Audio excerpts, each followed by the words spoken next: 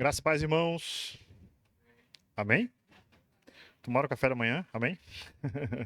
Vamos ficar em pé para nós orarmos, colocarmos diante do Senhor nesse instante. Pedimos a graça do Senhor para entendermos mais a sua palavra e a verdade do seu reino. Oremos ao Senhor. Senhor, nosso Deus e Pai, nos colocamos em tua presença nessa manhã para aprendermos mais de ti, Senhor. Precisamos que o Senhor, desde já, meu Deus, contemple a cada vida aqui, perdoe os nossos pecados, Senhor. Que o Senhor possa nos santificar, meu Deus, que o Senhor possa abrir o nosso entendimento para nós entendermos de fato, meu Deus, como defendemos a fé da forma correta, bíblica, e promovendo, Senhor Deus, não discussões tolas e sem sentido, mas o crescimento do teu reino, Senhor Deus, e a explanação da tua verdade. Que assim seja, meu Deus, para a glória e honra do teu nome, Senhor Deus, eu te peço, instrumentalize as nossas vidas para a glória do teu nome. Oramos assim e interdecemos em nome de Jesus. Amém. Pode sentar, irmãos.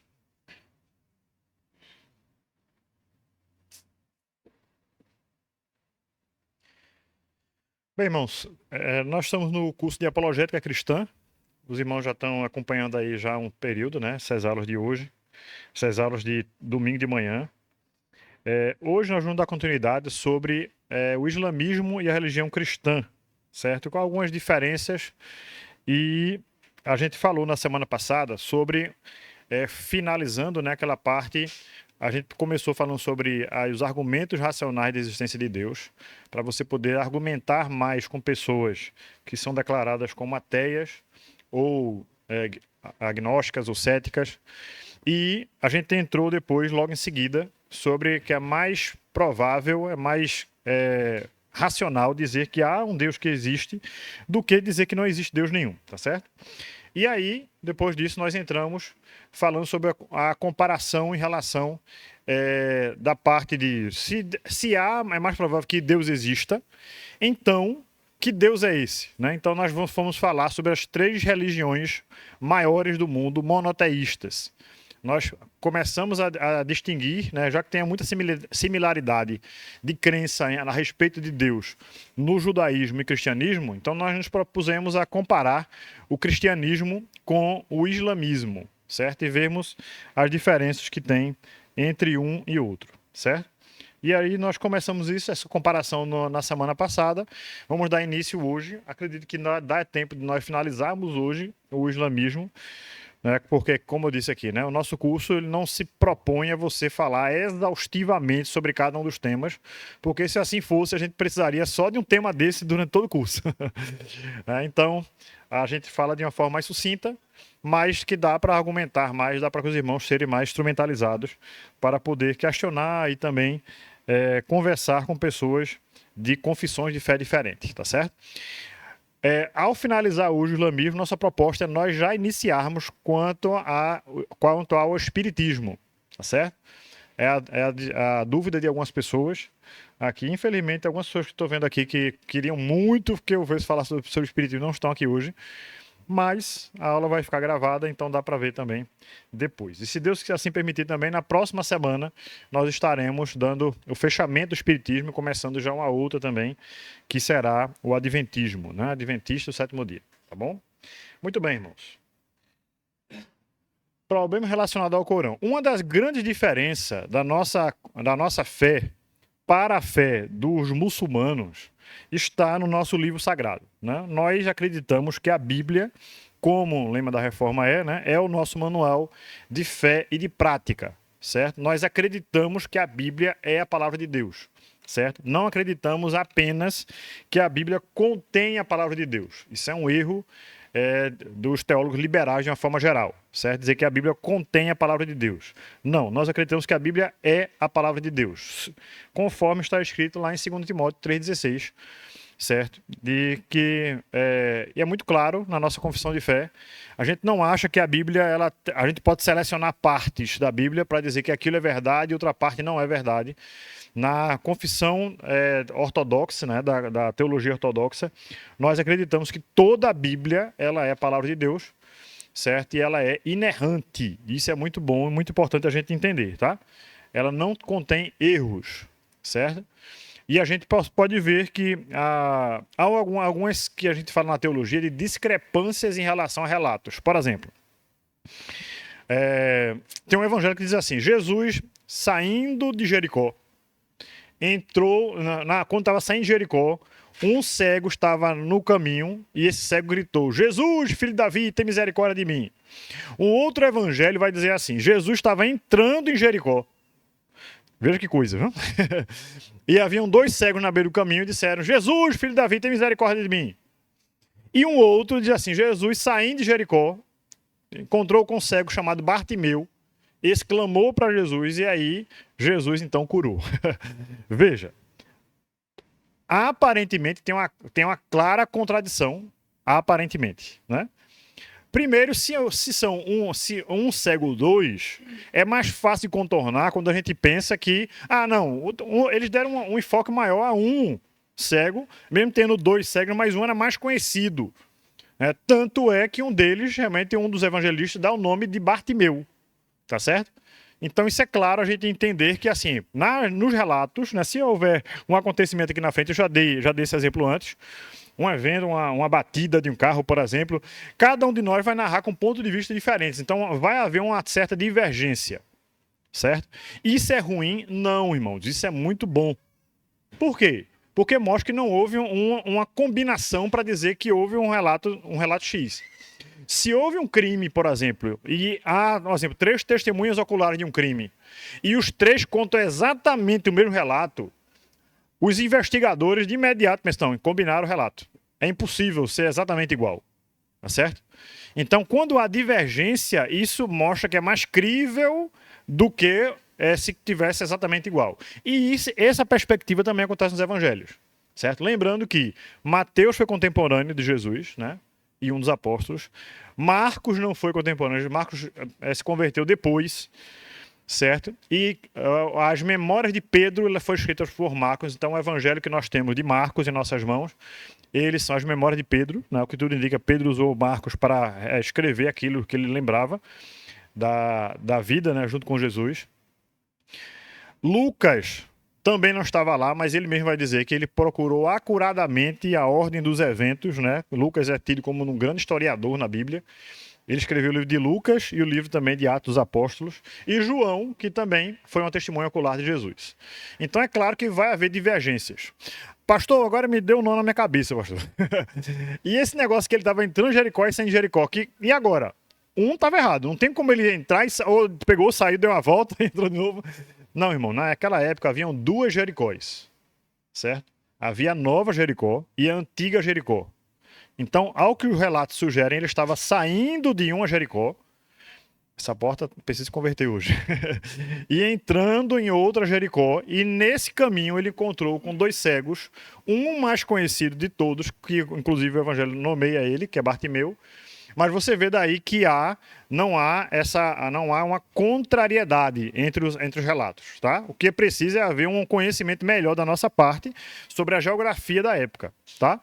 Então, falando sobre geografia, por exemplo, a gente vê que antes de muitos achados arqueológicos serem descobertos, a Bíblia já falava sobre cidades, sobre reinos, sobre épocas, e muita gente contestava isso na Bíblia, até que os achados arqueológicos cada vez mais estão comprovando que a Bíblia sempre teve razão, tá certo? Nenhum achado arqueológico até o momento ela contradisse a Bíblia em nenhum dos aspectos. Pelo contrário, todos foram asseverados, tá? E isso é interessantíssimo, tá bom?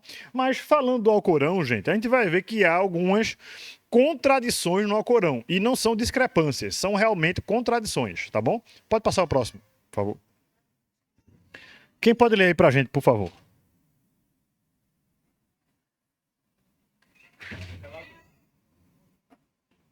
Pau ímpar. Vamos lá. Damas primeiro.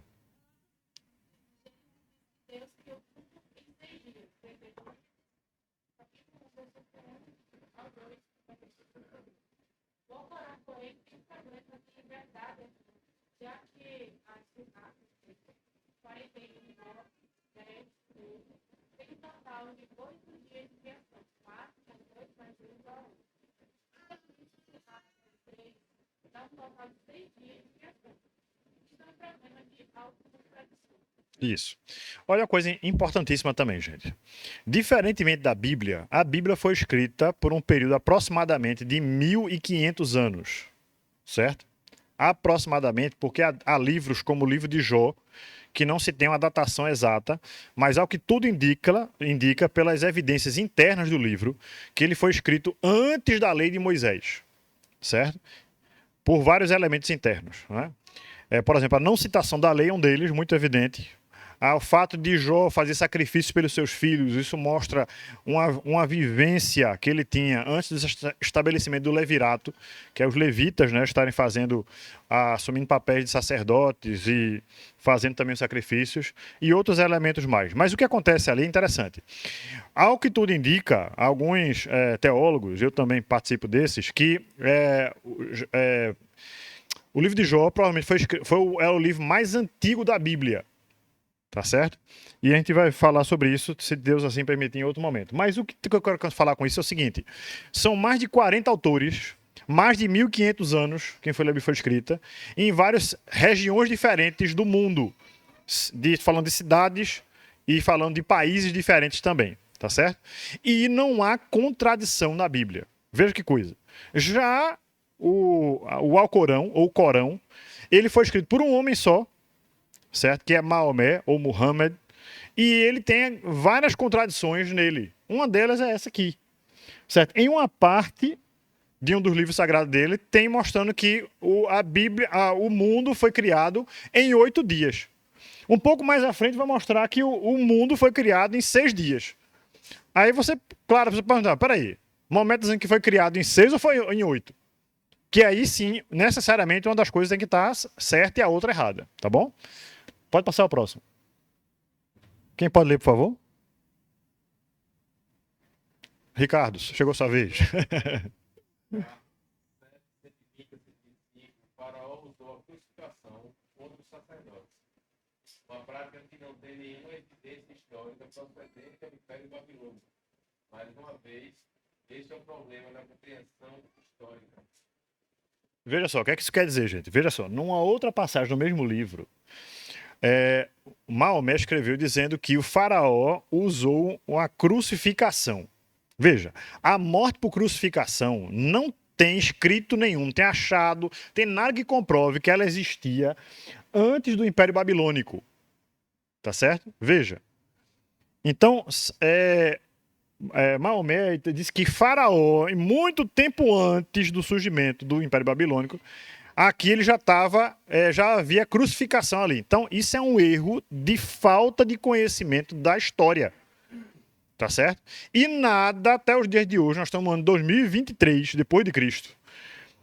Até hoje, não tem nada que mostre que os egípcios praticavam a crucificação. Tá certo? Compreendem? Então, isso é mais um erro também que existe no Alcorão. Pode passar o próximo. Outra pessoa aí com vários missionários no deserto?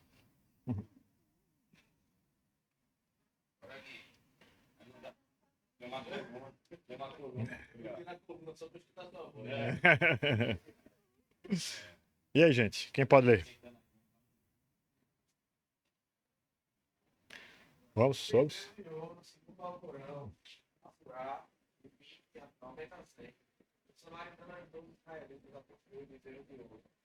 bezerro de ouro teria contido após sair do fogo. Na realidade, os samaritanos não existiam como povo até pelo menos 5 anos após o tempo de Moisés. E do erro de israelita prometido. Novamente, o problema de crença histórica. Veja só, gente, que coisa, né? Aqui, Maomé disse o seguinte, que na construção do bezerro de ouro, que a Bíblia fala que Arão, o irmão de Moisés, construiu o bezerro de ouro, ele vai dizer duas coisas bem curiosas. Primeiro, vai dizer que os samaritanos ajudaram para isso. Veja, não faz sentido, historicamente falando, de falar de Samaria antes do período da divisão dos reinos de Israel. Vocês sabem que antes o reino era único, no reinado de Davi, no reinado vamos perguntar pela ordem, né? De Saul, Davi e Salomão. São os 3 reis que reinaram por todo Israel. Depois de Salomão, o reino foi dividido no reino do norte, cuja capital era Samaria, e reino do sul, cuja capital era Jerusalém. Aí sim vai surgir a questão dos samaritanos, entende? Que é aproximadamente, vamos botar um número bem redondo aí, né? Mas até antes disso, é 900 e pouco, a gente pode dizer que a gente se denomina mais os samaritanos. Mas veja, falar que a gente está aqui, olha, e na criação, no reino dividido, certo? Eu tô voltando, se você voltar aqui para a época de Moisés, não faz sentido nenhum isso, gente. Quando fala a época de Moisés, entendeu? Vamos pegar números redondos, tá? Em torno de 1500 anos antes de Cristo. Ok? E no ano 1000 antes de Cristo, Davi reinava. Então tem uma diferença aí de pelo menos, números arredondados, de 500 anos. Aí, Maomé, né, vai dizer aí que naquela época os samaritanos foi que fizeram isso a escultura ainda mugiu. Não sei de onde ele tirou isso, né? Mas assim, é muita imaginação, tá, gente? Então, é claro que teve um erro aí de conhecimento histórico mais uma vez, tá bom? Pode passar o próximo. Outra pessoa, por favor. Cadê as mulheres, hein, gente?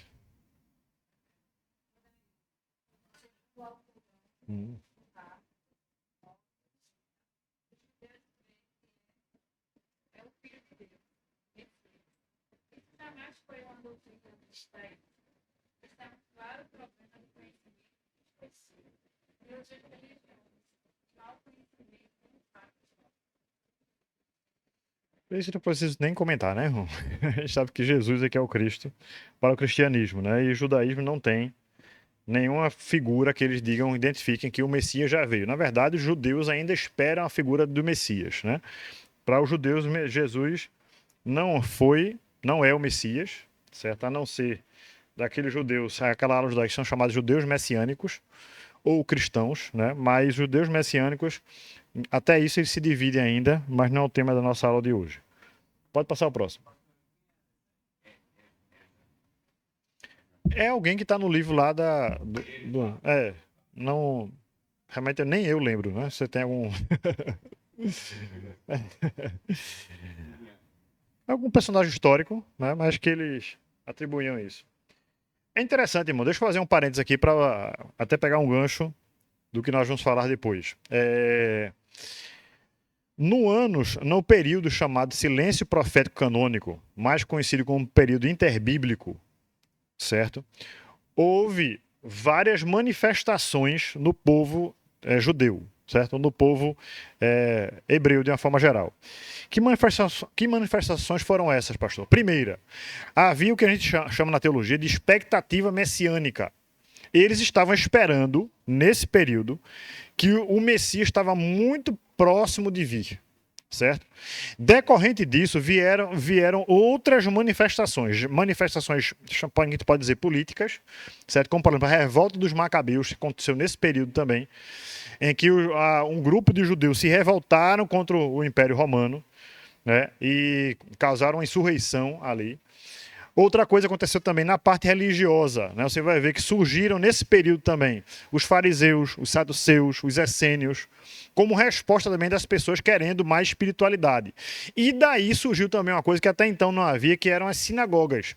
A sinagoga é um objetivo de disseminar mais a crença do judaísmo para outros povos. Quando eu digo outros povos, estou falando primariamente, viu, irmão? Não entenda diferente. Os judeus que estão dispersos em outras regiões, tá certo? Que agora é judeu, mas nasceu na Itália, é judeu, mas nasceu em outras regiões diversas, tá bom? E também abrindo precedente para que não judeus, ou seja, gentios, pudessem se tornar também judaizantes, que são gentios que aderiram a práticas judaicas. Isso é muito importante a gente saber esse pano de fundo, porque quando Jesus surgiu lá em Belém, da Judéia, e mais necessariamente, aproximadamente, arredondando mais uma vez, no ano 33, né, quando ele assumiu o ministério dele, o que aconteceu? Aconteceu que, naquela época, haviam vários falsos cristos também. Tá? Não pense que Jesus apareceu lá e as pessoas pensaram, eita, é o Messias, e não tem mais ninguém que se denomine Messias. Não. Tinham pessoas que curavam naquela época também, tinham pessoas que faziam sinais naquela época também, tá? Mas nenhum deles teve êxito em nada, né? Foi aquela coisa momentânea, e tanto que quando esse líder maior de um determinado movimento morria, aquele movimento acabava com ele, certo? Aquele movimento finalizava juntamente com ele também, tá certo? Diferentemente do cristianismo, que só veio realmente crescer exponencialmente justamente depois da morte de Jesus, certo? Amém? Estão compreendendo, irmãos? Esse entendimento é muito bom para o que ele vai falar depois, ainda mais quando ele vai comparar sobre algumas seitas e religiões, tá certo? Amém? Guarde isso aí no seu coração. Pode falar. Quem pode ler pra gente aí, por favor? Rapaz, Diogo foi ficar mais longe, mais atrás da coluna ainda, Diogo. É para não ler, foi. Tô brincando. E aí, gente?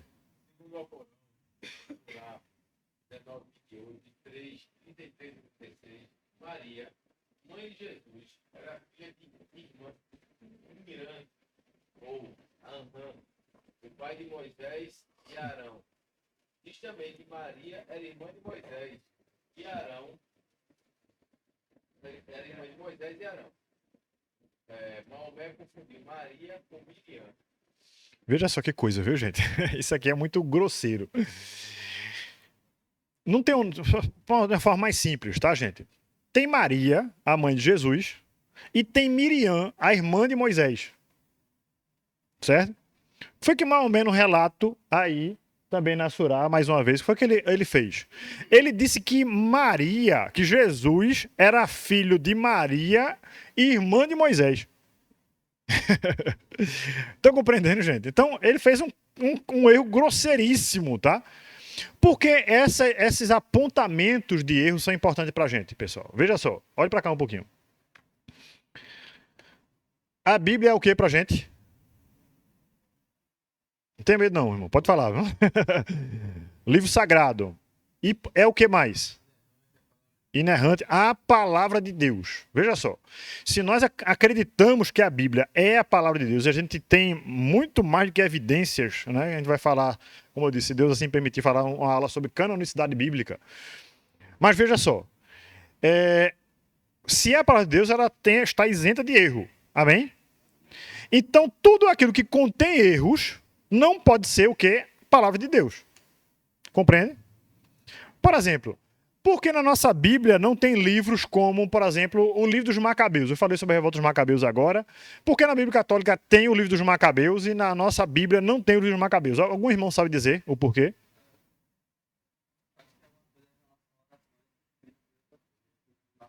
Oração pelos mortos. Tem isso também. O que mais? Não? Oi? Não foi aprovado no cano também. Mas veja só, gente, tem uma coisa muito importante. Guarde isso no seu coração também. Todos os livros chamados deuterocanônicos, ou seja, não canônicos, não sagrados, que foram inseridos na Bíblia, não existiam na Bíblia Católica antes, certo? Da chamada Contra-Reforma, foi um movimento católico para que trouxesse de novo os católicos de volta fora do movimento chamado de protestantes e trouxesse essas pessoas de volta para o catolicismo. A Igreja Católica inseriu alguns livros na Bíblia que até então não estavam na Bíblia Católica, certo? Para quê? Para asseverar algumas doutrinas católicas, certo? Como o Diogo falou ainda agora, por exemplo, no livro de Macabeus fala sobre a oração pelos mortos, que é algo que a gente entende que é errado. O judeu também entende que é errado. Não deve se orar pelos mortos. Tá? Até pela concepção do judaica, que está escrito lá, por exemplo, lá em... Salomão escreveu no livro de Eclesiastes, né, que o pó volte à terra de onde veio e o espírito volte a Deus que o deu. Então, para o judeu, o julgamento daquela pessoa que ela morreu, ela acontece logo, imediatamente após a morte, assim como para nós também, mesmo a gente sabendo que haverá um dia do julgamento final. Mas é outro tipo de julgamento, tá, gente? A gente não pode confundir um julgamento com outro, certo? O cristão, genuinamente cristão, não vai ser julgado juntamente com o mundo, certo? Isso é assunto para uma outra aula de escatologia bíblica. Mas a gente não vai ser julgado perante o Senhor se a gente vai para o céu ou se não vai.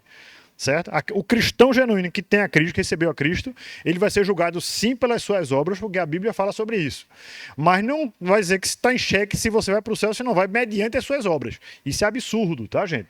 A gente é salvo pela fé. Amém? Então, uma vez entendido isso, gente, o que é que acontece? Voltando para a parte dos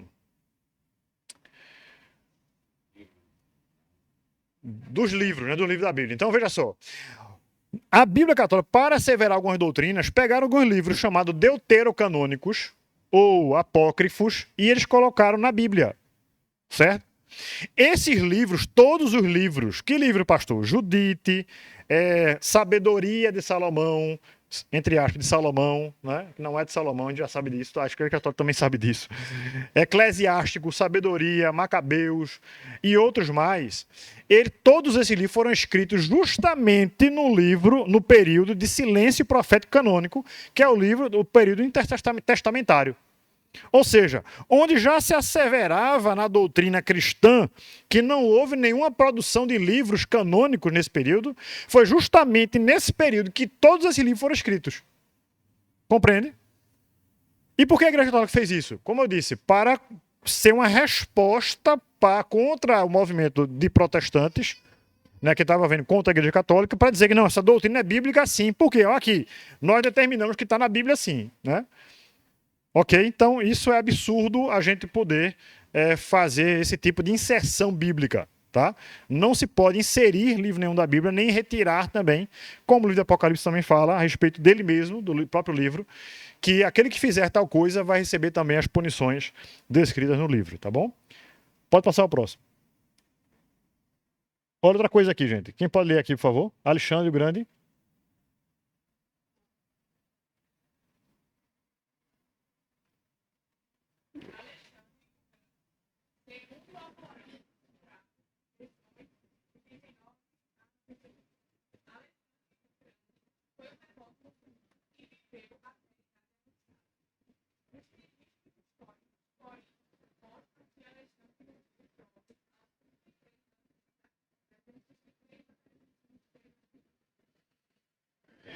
Veja só, irmão. Dois erros grandes, né? Primeiro, ele vai dizer que Alexandre foi um muçulmano devoto, certo? Não tem nem como ter isso, né? E segundo, ele vai dizer que ele morreu com idade avançada. A história mostra que Alexandre o Grande morreu cedo, tá? E fruto da própria promiscuidade dele, das aventuras. Porque quando Alexandre o Grande ele saía da região dele e ia para outras regiões, ele não voltava. Ele sempre ia avançando, avançando, avançando, e isso causou, muito provavelmente, a exposição para muitas doenças novas. É como semelhante. Por exemplo, quando os espanhóis, né, os portugueses vieram aqui para o Brasil, eles contraíram várias doenças diferentes. Por quê? Porque a região é diferente, o clima é diferente, certo? Então eles se expunham a doenças diferentes. Assim também Alexandre o Grande se expôs também fora da vida também, entregue a orgias e prazeres e tudo mais, tá? Isso com certeza causou a morte prematura dele. Pode passar o próximo. Isso aqui é bem importante, gente. Deixa eu até abrir aqui para poder ver se eu consigo ler aqui junto com vocês. Não, vai demorar para abrir. Quem pode ler para a gente aqui, por favor, meus irmãos? Quem mantém uma postura inegociável sobre uma certa doutrina paga o alto preço de trocar a fé pela credulidade, a verdade pela doutrina e a reflexão pela ideologia. Veja só, gente, isso aqui é bem curioso, tá? Aquele que mantém uma postura inegociável sobre certa doutrina paga o preço de trocar, aí vem trocar uma coisa pela outra. Eu vou explicar mais essas coisas. O que isso aqui quer dizer? Aquela pessoa diz assim, olha, a minha doutrina é a verdade e eu não estou aberto a conversar sobre isso. Tá? Isso aqui, inclusive, só para os irmãos saberem, desse teólogo Douglas Hall, foi uma citação do bispo primaz da nossa igreja, né? E citou esse autor também, falando sobre essa asseveração aí. Então, veja só. Quando eu vou dizer que a minha doutrina ela está isenta de questionamentos, certo? Eu estou colocando a minha doutrina em um ponto, como eu posso dizer? Eu passei da fé para a credulidade. O que é isso? É aquilo que eu já tenho falado em outras aulas sobre a fé irracional, a fé pela fé. Por que isso aqui é verdade? Porque, por exemplo, porque você acredita que Deus escolheu aqueles que vão ser salvos? Porque é assim. Quando eu digo isso, ou que eu digo assim, porque Deus disse isso. Quando eu digo isso, eu resumo aquilo ali como verdade absoluta. Não consigo argumentar quando uma pessoa que vai falar o contrário. E cessa o debate. Não tem debate. Compreende? Quando eu falo, quando eu pergunto ao outro, eu estou abrindo a possibilidade do outro estar certo sobre um determinado ponto de vista. E isso faz com que a gente possa trocar mais ideias também, tá? Não estou dizendo que eu vou abrir mão daquilo que eu creio, mas eu estou dizendo que a minha fé numa doutrina bíblica, ela pode estar sim errada. Por exemplo, vamos pegar alguns exemplos práticos da igreja cristã, viu, gente? Estou falando de igrejas não cristãs, não estou falando de igrejas cristãs. Quando eu falo igreja cristã, estou falando, por exemplo, o presbiteriano, ele vê a igreja cristã Nova Vida como igreja genuinamente cristã. A igreja cristã Nova Vida vê igrejas como a Assembleia de Deus e a igrejas como Batista como genuinamente cristãs. Então, essas igrejas, elas se veem genuinamente cristãs, apesar de divergirem em pontos doutrinários. Certo? Por exemplo, na igreja presbiteriana só se batiza por aspersão. Parece uma coisa muito simples, mas é doutrina, gente. Certo? Porque eles acreditam que o modo correto de batismo é jogar água sobre a pessoa. Já na igreja batista se acredita que o modo correto de batizar é mergulhar a pessoa, porque acredita que essa é a forma mais correta. Tá? Então, é um ponto divergente. Certo? Na igreja presbiteriana se batiza crianças. Na nossa igreja não se batiza crianças. Certo? Mas isso não faz eu olhar para a igreja presbiteriana e dizer que a igreja presbiteriana não é genuinamente cristã. Compreende? São pontos doutrinários periféricos. Na igreja Assembleia de Deus, acredita-se, né, que o dom de línguas é uma evidência do batismo no Espírito Santo. Nós também nos afirmamos como pentecostais, mas não acreditamos nisso. Nós acreditamos que a pessoa pode ser batizada no Espírito Santo sem necessariamente evidenciar o dom de línguas. Tá? Isso não faz a gente não dizer que um outro irmão da outra confissão de fé que seja genuinamente cristã seja tido como não cristão. Por quê, gente? Porque a nossa base doutrinária é a mesma. Nós acreditamos na Bíblia como nosso manual de fé e prática. Nós acreditamos que Jesus Cristo, ele é Deus, a segunda pessoa da Trindade, que ele se fez carne, que ele morreu, que ele ressuscitou dentre os mortos. Certo? Então, todos esses fatores e outros mais vai nos identificar como cristãos genuínos. Mas se numa igreja não, o dom de língua cessou, como a igreja presbiteriana do Brasil acredita, né, em sua maioria, sobre o cessacionismo dos dons espirituais. Já na Assembleia de Deus, eles acreditam que os dons são para hoje, estimulam mais isso também, como nós acreditamos também. Mas isso não faz uma pessoa que foi convertida na igreja Assembleia de Deus, quando ela vai para a presbiteriana, por exemplo, ela precisar se batizar novamente e tudo mais. Entende? Ou dizer, não, ela não era cristã, agora se tornou. Não. Tá certo? Então, esse exclusivismo, e eu estou introduzindo um assunto que a gente vai falar sobre o espiritismo daqui a pouco, se Deus assim, se o horário para assim permitir, né? A gente vai falar sobre os pontos divergentes entre igrejas genuinamente cristãs e igrejas que não são genuinamente cristãs. Um deles é sobre a suficiência das Escrituras. Amém? Quando eu digo suficiente, eu digo assim, a palavra de Deus, a Bíblia, ela é suficiente para que eu possa entender, conhecer a revelação de Deus, o que Deus revelou sobre si mesmo e sobre o seu plano de redenção na história. Amém? Eu não preciso de nenhum outro nada artifício, nenhum artifício, nada que possa agregar mais aqui para que eu possa entender melhor. Por exemplo, eu não preciso de uma revelação de um anjo para dizer que aquilo ali deve ser interpretado de uma forma diferente. Eu não preciso de uma interpretação de um ser diferente que se apresentou para alguém e disse que a Bíblia precisa ser reinterpretada. Eu não preciso de um adendo de uma profetisa para dizer que essa profetisa agora vai ajudar a entender melhor a Bíblia. Não, nada disso. A Bíblia, ela é suficiente. Amém, irmãos? E quando eu também coloco, eu também não preciso que haja um personagem que vai ser como corredentora juntamente com Cristo. Se vocês perceberam, eu estou falando de várias religiões aqui diferentes, né? Então, eu não preciso dizer que a tradição ela é tão importante quanto a Bíblia, porque não é. A Bíblia ela é acima de tudo e de todos, inclusive acima da igreja. Tá certo? Então, a gente vai falar mais pormenorizadamente quando tratarmos dessas religiões e comparando e reafirmando o nosso credo também nas Escrituras, tá bom? Então, quando a minha postura é inegociável, quando eu falo inegociável, é assim, eu não estou aberto para debate, então eu caio, consequentemente, muito provavelmente eu vou cair numa credulidade, ou seja, numa fé irracional, numa fé baseada do nada, certo? Por exemplo, por que você é cristão evangélico hoje? Por que você é cristão protestante hoje? Pastor, porque meu pai era pastor, meu irmão era coroinha, depois se converteu, e assim, por isso que desde cedo eu estou na igreja. Não, irmão. Isso não torna você um cristão, torna você um religioso, não um cristão. Um cristão ele precisa ter convicção da sua mudança de vida, do seu novo nascimento, da sua entrega a um determinado dia para Cristo, e aquilo ali mudou a sua história. Certo?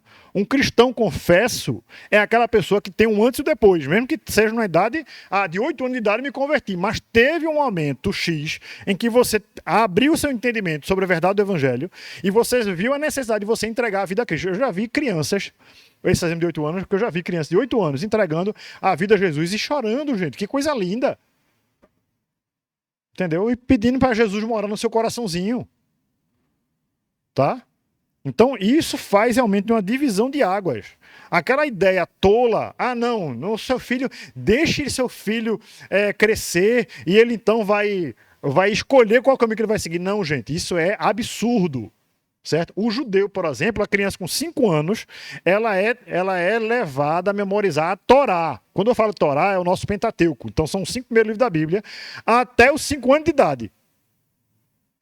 Certo? Para você entender a gravidade de colocar a doutrina, inculcar realmente na mente das crianças. Tá? O muçulmano também eles forçam as crianças a aprenderem mais das doutrinas muçulmanas desde cedo. Certo? E a gente muitas vezes quer ser muito liberal com as coisas. Não, eu não vou colocar meu filho... Deixa eu abrir uns parênteses aqui, tá, irmão? Eu preciso ter esse cuidado, né? Na escola vai ensinar só coisas assim seculares. Isso não vai atrapalhar a fé do meu filho, não. Vai sim, gente, vai sim. Certo? A ideologia de gênero está crescendo assustadoramente, certo? Nos meios acadêmicos. Certo? O que mais? A pluralidade em relação à forma de pensar diferente, não só diferente, mas contrária ao que diz as Escrituras, está crescendo muito avassaladoramente nos meios acadêmicos, tá? A universidade são centro, muitas universidades hoje são centro de formação socialista, comunista, e a gente precisa preparar os nossos jovens desde cedo para eles entenderem, eles racionalizarem a fé. Pastor, racionalizarem a fé? Porque assim que Pedro diz, é o textuário da apologética cristã, né, quando Pedro vai dizer que nós devemos estar prontos a responder qual é a razão da esperança que é em nós. Certo? Então, a gente precisa ter argumentos sólidos, baseados na palavra e em evidências que possam demonstrar que a nossa fé é muito mais racional do que o contrário. Amém, irmãos? Amém? Amém. Ficaram tão calados. Estão processando, né, irmão? Gente, veja só. Deixa eu abrir um parênteses aqui. Eu acho que eu vou começar o espiritismo. Aliás, vou começar a falar sobre o espiritismo na próxima aula, né? Deixa eu abrir um pouquinho para perguntas e dúvidas, caso vocês tenham também, na parte dos muçulmanos, tá? Alguém tem alguma dúvida, pergunta sobre a religião muçulmana.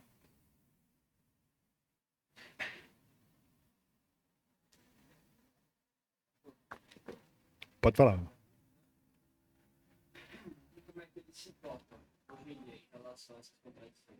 Porque, mais pelo menos, acho que é aquele que é mais elevado entre Deus e os humanos, não direto. Porque eu sei que contato por internet assim, até o site mais fácil, né? Você até no Instagram, algum post já tem algum debate, sabe? Uhum. E das coisas são muito delicadas. O problema é de Isaac, de Raquel, para a da idade, Isso. essas comparações. Então, sobre essas contradições, mostra aí, como é que eles se portam com relação a isso? Em sua maioria, eles dizem que a história ainda vai mostrar que Maomé tinha razão, né? Certo? Assim, é uma boa resposta, porque de fato conosco aconteceu coisas semelhantes. Tinha coisas que a Bíblia dizia, mas a história não tinha asseverado aquilo ainda. Mas havia uma possibilidade da Bíblia estar certa. Já aqui, o que acontece é o contrário. Aqui mostra que a história já mostrou que é diferente e que eles asseveram ainda no livro sagrado deles, quando digo eles, estou falando do Alcorão, que aquilo ali foi diferente. Tá? Então, os achados arqueológicos e a história em si contradiz o que diz o Alcorão, certo? Mesmo dizendo assim, não, mas é semelhante. Deixa eu fazer um paralelo com outro assunto que a gente vai abordar. Alguns escritos de Ellen White, por exemplo, né? Ellen White é a profetisa do Adventismo, né? De quem é Adventista do sétimo dia. E os escritos dela têm que ser lidos pelos adeptos, né, da religião do Adventismo, né? E Ellen White tem algumas partes dos escritos dela também que contradizem algumas coisas, tanto da ciência como também da história, né? E algumas coisas assim que estão de uma imaginação incrível, certo? E aí a gente precisa saber, né? A nossa fé cristã, gente, veja só, ela não é baseada no achismo. A nossa fé cristã, ela é baseada muito mais em evidências do que qualquer outra manifestação de fé que existe no mundo. Certo? Eu estou falando isso desde a primeira aula. Então, por exemplo, pastor, mas, por exemplo, dizer que Jesus ressuscitou não é algo assim. Porque a ressurreição de Jesus é a base de toda a nossa fé cristã. Certo? Alguém já viu aqui um filme antigo, né, chamado O Corpo? Alguém já assistiu esse filme? Com Antônio Bandeiras. Se não assistiu, assista. É um bom filme, né? A história do filme, não vou dar muito spoiler, né? Mas a história do filme fala como se tivessem descoberto o túmulo que Jesus tivesse sido... o corpo foi depositado naquele túmulo e o corpo ainda estava lá. Ou seja, Jesus não havia ressuscitado, né? E aí vem toda uma investigação para saber se aquele corpo de fato era Jesus, né?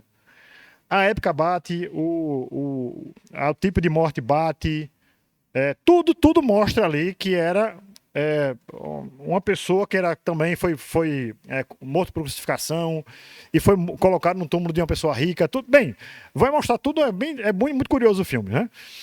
Só que veja só, o cristão, nunca esqueça disso, irmão, o cristão não diz que Jesus ressuscitou por questões naturais. Nós afirmamos que Jesus ressuscitou por questões está acima do natural. Porém, o que é sobrenatural não pode afirmar que é falso. Por exemplo, deixa eu pegar um exemplo para você.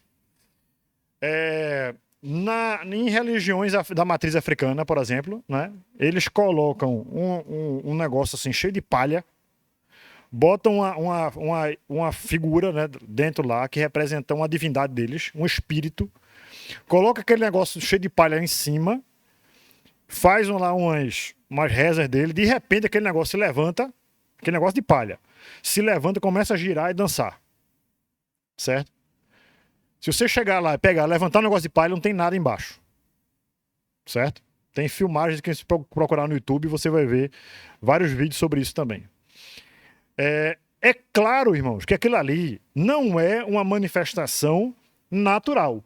É uma manifestação sobrenatural. Tá certo? Mas, por ser sobrenatural, que foge o nosso entendimento, não quer dizer que não exista.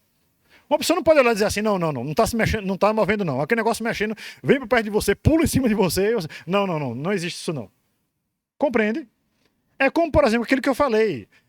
Aquilo que não é observável, que não é tangível, que eu não posso descrever de uma forma mais detalhada, não quer dizer que não exista. Quer dizer que sobrepuja o nosso conhecimento. Então, veja só. Deixa eu fazer uma pergunta bem simples para você. Qual é a sua idade? Alguém pode... Principalmente os homens, né? As mulheres às vezes não gostam muito de falar sobre isso. Mas... 49. Ricardo tem 40... Já, Ricardo? Não estou brincando. Ricardo tem 49 anos. Veja só, irmão. Veja só. Ricardo, por que você diz que tem 49 anos?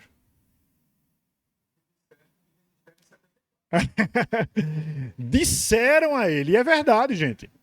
Disseram a ele que ele foi registrado no ano de 74. Veja. E Ricardo, acredito eu, que deve ter uma identidade, né, Ricardo? Na identidade tem lá, qual o dia e mês? 2 de agosto de 74, não é isso? Tá perto do aniversário, viu, irmão? Quem quiser comprar presente. 2 de agosto de 74. Veja bem, irmãos. Isso quer dizer que Ricardo asseverou categoricamente que tem 49 anos, baseado em duas coisas: testemunha e documento. Compreende? Sim ou não? Estou entendendo, irmãos? Qual é a tua idade, Aguinaldo?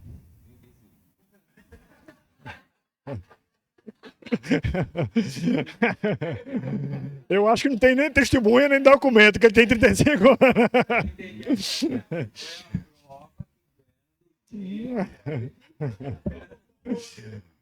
Olha, irmão, Aguinaldo nos ajudou a falar sobre aquela fé pela fé, né? Que a gente falou ainda agora. Né? Eu acho que eu perguntei a pessoa errada. Veja bem, gente. Então, quando a gente fala a nossa idade, a gente está falando baseado em um documento. Né? Talvez você, quando pequeno, teve curiosidade para ver seu certidão de nascimento. Você perguntou à sua mãe, seu pai, né? Ah, você vai fazer aniversário. Você marcou aquilo na sua mente, porque a sua mãe e seu pai disseram que aquele era o seu dia. Mas vou dar um exemplo claro sobre isso. Meu pai, isso não é fictício, é verdade, viu? Meu pai, ele nasceu no dia 22 de novembro... 22 de novembro de 1945. Certo? Só que ele diz assim, não, eu não nasci nesse dia, eu nasci no dia 20 de novembro de 45, porque meu documento foi registrado no dia 22, mas eu nasci, meus pais me disseram que eu nasci no dia 20. Mas por um erro, no momento lá, registrou-se no dia errado. Veja, aí tem um problema, a prova testemunhal e a prova documental, compreende? Tem uma divergência aí de dias. Nós temos prova documental na nossa mão e prova testemunhal também do que aquilo que a gente crê é verdade. Então não é absurdo, assim como você defende a idade que você tem, nós defendemos que a gente acredita que a Bíblia é a palavra de Deus e que tudo aqui está escrito é a palavra de Deus, baseado em documentos, não é só um documento. Como eu disse, mais de 40 autores por mais de 1.500 anos, certo? Falar sobre essas verdades aqui descritas e também asseverar que as testemunhas, né, que vários desses foram testemunhas oculares, como o próprio João, né, nós estávamos lá, nós vimos esses acontecimentos. Como Mateus vai falar também sobre várias passagens, né, que ele testemunhou isso. Como Paulo também vai falar daquilo que ele viu e ouviu e recebeu diretamente do Senhor. Certo? Então, são testemunhas e todas as pessoas estavam não apenas relatando aquilo que viram e ouviram, mas estavam dispostas a morrer defendendo isso. E morreram defendendo isso. Compreende? Então, por alguma mentira, gente, é muito difícil alguém querer morrer, viu, gente? E morrer de forma... Gente, deixa eu falar um pouquinho de dados históricos, né? Mais uma vez. Como eu disse, eu aproveitei para colocar o espiritismo, né? Na próxima aula, para a gente poder fazer essa interação aqui. Os cristãos do primeiro século, veja só, na época que Jesus viveu, vários deles foram testemunhas oculares de Jesus, tá certo? Você sabe que no ano 70 houve a destruição do templo judeu, certo? E também houve a chamada diáspora. Os judeus se dispersaram em Jerusalém devido a tamanha perseguição. Judeus não, perdão, os cristãos, devido a tamanha perseguição que houve com os judeus a partir de Jerusalém. Mas veja só, quando os cristãos eram pegos pelos impérios, as pessoas do Império Romano, principalmente após Roma ter sido incendiada, e culparam, né, os cristãos do incêndio de Roma, os cristãos morreram de formas terríveis. Uma delas era o seguinte: pegava um cristão, certo? E colocava azeite sobre ele, o corpo inteiro, colocava um poste, né, uma trave amarrada, presa na terra, levantava esse cristão, amarrava esse cristão lá, ou prendia ele nessa trave, embebido de azeite, e acendia fogo. Para quê, gente? Para iluminar as ruas de Roma. As pessoas morriam ali, né, queimando vivas, e a história vai dizer que esses cristãos morriam como? Gritando, desesperados, renunciando a Cristo. Tinha aqueles que renunciavam também, mas a grande maioria dos cristãos morriam cantando, louvando a Deus, porque o seu sofrimento estava perto de terminar e eles estariam diante do Senhor para todo sempre. Oi? Também. Não, infelizmente, dessa forma, sim. Outro tipo de morte nas arenas. O Coliseu, né, que os irmãos sabem, é uma arena gigante que tem lá em Roma, né? Colocavam cristãos lá e soltavam feras, como leões, por exemplo. E esses leões famintos, eles iam e devoravam os cristãos ali, morriam, por muitas vezes cantando salmodiando a Deus. Mas isso irritou tanto o Império Romano, o que eles faziam? Eles cortavam a língua dos cristãos para eles não ficarem cantando durante a morte deles. E foram muitos e muitos cristãos que morreram assim. Certo? Mas entenda, isso não se resume ao primeiro século não, viu, irmãos? Até os dias de hoje, muita gente morre devido à sua fé. Certo? De invadir igrejas, no meio de cultos lá, pessoas com porretes na mão, certo? E matarem a paulados os cristãos que ali estavam ali orando e adorando a Deus. Certo? Imagine, gente. Ou pessoas serem presas, né, ficarem lá minguando a vida até perderem a vida, certo? Devido à fé. Hoje, viu, irmãos? Hoje. Estou falando países como Eritreia, estou falando como Coreia do Norte, estou falando como China e muitos outros lugares também. E quem não conhece, a Missão Portas Abertas vai falar justamente, tem um ranking de países onde a igreja é perseguida, certo? Onde a igreja é mais perseguida, melhor dizendo. Então, por que eu estou dizendo isso, gente? Porque a fé cristã não é brincadeira. A gente não está aqui brincando, a gente está aqui simplesmente racionalizando a nossa fé e a gente está aqui num clube social racional. Não é só isso. A gente acredita, sim, no sobrenatural. Certo? Mas a nossa crença no sobrenatural é no Deus que criou a história, que desenrola a história, que ele intervém em vários momentos na história, ele levanta quem ele quer no poder e ele derruba também quem ele quiser no poder. Porque ele é o Senhor absoluto sobre tudo e sobre todos. É muito mais fácil, a gente já explicou isso nas aulas anteriores, quem não viu as aulas anteriores, estão gravadas elas no YouTube. Você pode ver o que a gente falou gradativamente sobre os argumentos racionais da existência de Deus, certo? E você também estudar mais sobre esses assuntos. Então, esse Deus criador de todas as coisas, que deixou clara nas coisas criadas a evidência de que existe uma inteligência em tudo que foi criado, esse mesmo Deus, ele é um Deus pessoal. Ele se importa com nós individualmente. Louvado seja o nome do Senhor. Tá? E esse Deus, ele mesmo disse que estaria onde houvesse pessoas reunidas no nome dele. Amém? E aqui ele se faz presente também, como ele mesmo prometeu. Então a gente não pode, irmão, de forma alguma, abstrair dessa realidade. A gente não pode, de forma alguma, simplesmente racionalizar tudo, ou simplesmente espiritualizar tudo. O nosso grande desafio como cristão é justamente o equilíbrio. É racionalizar aquilo que precisa ser racionalizado e espiritualizar aquilo que foge da nossa explicação racional, que não há como explicar racionalmente, por exemplo, a ressurreição de Lázaro depois de 4 dias morto. Não há como dizer. Com provas científicas que aconteceu isso. Não tem como. Não há como você racionalizar ou explicar cientificamente um milagre. Não há como. Não há como essas coisas, né? O que a gente deve dizer, sendo honesto conosco mesmo e com a história, com a ordem dos eventos, é que houve e ainda há casos que fogem da nossa compreensão humana, mas por fugir da nossa compreensão humana não significa que elas estejam erradas. Significa que eu não entendo certas coisas. Amém, meu gente? Estão compreendendo? Quando uma pessoa entra na faculdade hoje, qualquer curso que seja, ela entra sem a grande maioria do entendimento sobre as matérias que vão falar sobre aquela profissão que ela está ali se lançando para aprender mais. Ela não pode dizer que aquelas coisas que o professor está ensinando para ela, coisa que muito provavelmente ela nunca ouviu na vida, estão erradas. Por quê? Porque ela não conhece. Isso é absurdo. Da mesma forma, há muitas coisas que nós não sabemos, não podemos explicar ainda, mas não quer dizer que isso não exista. Compreende? Amém, irmãos? Estão compreendendo? Sim ou não? Amém. Então, que a gente possa, irmãos, a gente possa se lançar mais no conhecimento de Deus e da sua palavra. Que a gente possa crescer cada vez na graça, no conhecimento do Senhor. Tá? Eu gosto muito quando as pessoas também me perguntam, ou em momentos assim, a gente vai ter mais momentos de dúvidas e perguntas. Na próxima aula, por exemplo, gente, veja só, eu já estou adiantando para vocês, eu fiz de propósito também essa questão de a gente segurar um pouquinho mais, não entrar no espiritismo ainda, para que a gente possa ter um momento diferente. Eu queria fazer isso nessa aula de hoje, mas como seriam 2 assuntos abordados, ia ficar muito apertado para a gente fazer isso.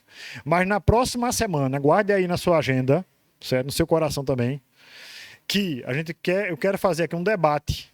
Eu quero dividir os irmãos aí, a gente vai falar isso lá no grupo. Quem não está no grupo de WhatsApp, entre no grupo, que a gente poder estar explicando mais isso, como vai ser essa dinâmica. Mas eu quero criar 2 grupos. Uns que vão defender o espiritismo e outros que vão dizer que o espiritismo está errado.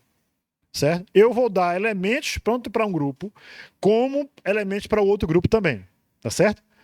Se os irmãos puderem, eu vou pedir para os irmãos se organizarem em 2 grupos diferentes, certo? De WhatsApp, a gente conversar durante a semana aí, para a gente fazer um momento bem dinâmico, tá? E com certeza vocês vão aprender bastante também nesse diálogo. Amém, gente? Antes de finalizar a aula, já que nosso horário estourou também, quem se propõe aqui a estar na frente de algum dos grupos? Ou por aí, deixa eu refazer a pergunta, antes de perguntar isso. Quem quer estar no grupo que defende o espiritismo? Né? Seu advogado do espiritismo, né? Quem quer estar nesse grupo? Oxe, ninguém, gente. Gente, é só ilustrativo, tá, gente? A Verônica é uma delas. Quem mais, gente? Que quer defender o espiritismo? Eu vou estar instrumentalizando vocês, tá, gente? Eu vou colocar a argumentação para você defender tanto uma corrente como outra. Mas quem deseja mais? Vinícius, Verônica. Pronto, é suficiente os 2. Não que vão falar algo, mas vocês possam mobilizar também outras pessoas, tá bom? A gente vai colocar no grupo também a relação das pessoas que estão na nossa aula, para vocês possam entrar em contato também, viu, Vinícius e Verônica? Vou pedir que vocês possam entrar em contato, assediando as pessoas para participarem do grupo de vocês, tá bom? Amém? E quem já está determinado a participar do outro grupo? Aqui, Ricardo, do grupo que vai falar contra o espiritismo. Ou contra a doutrina espírita, né? Quem mais, gente? DJ e Adriana. Pronto. Vocês 3, a princípio, vão também fazer a mesma coisa, assediar as pessoas. Agora, é importante, gente, veja só, não é preciso que todo mundo fale. Escute só. Há objetivo que não é constranger ninguém. Eita, é para falar, não vou não. Na próxima semana já não vou. Não, pelo amor de Deus, tá, gente? O objetivo é só que você participar mais de debate, a gente ter uma dinâmica mais durante a semana. Tá bom, gente? E na próxima semana a gente dividir aqui em 2 turmas, 2 alas, e a gente promover esse debate. Amém? Não, no final todos vão se converter. Tá certo? Então vai ser um momento. Toda vez que eu faço isso no curso de apologética que eu faço, né, que eu ministro, tenho assim, são momentos muito aproveitadores, né? De muito entusiasmo, das pessoas ficam muito animadas também com o aprendizado que elas vão ter, tá? Então me cobrem, tá? Eu vou ver se a partir de hoje eu vou colocar amanhã para não ter muito. A partir de amanhã eu vou estar colocando no grupo vários elementos, né? Vocês, por favor, formem o grupo e vão inserindo as pessoas no grupo de vocês, né? Para que a gente possa então fazer essa dinâmica na próxima aula. Amém? Graças a Deus por isso. Vamos orar, irmãos.